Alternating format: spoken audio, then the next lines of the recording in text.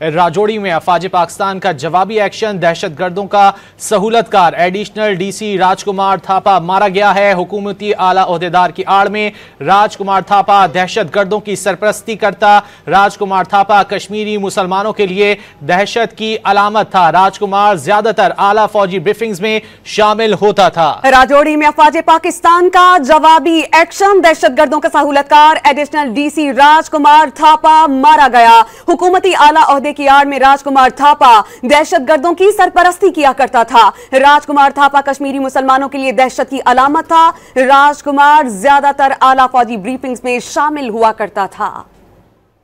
आपको इस बारे में बताएं कि पाकिस्तान को हर फ्रंट पर कामयाबी मिली है और पाकिस्तान ने अपनी सलाहियतों का लोहा मनवाया है। पाकिस्तान ने बहुत नफातुल्ला, कैलकुलेटेड और प्रोपोर्शनेट जवाब दिया है। पहले पाकिस्तान की जानिब से सब्र तहम्मुल का मुजाहरा किया गया, लेकिन आलमी सतह पर इस चीज को रिकॉर्ड कराने के बाद पाकिस्तान ने अपना जो है भारत की जवाबी जारियत का जवाब दिया है।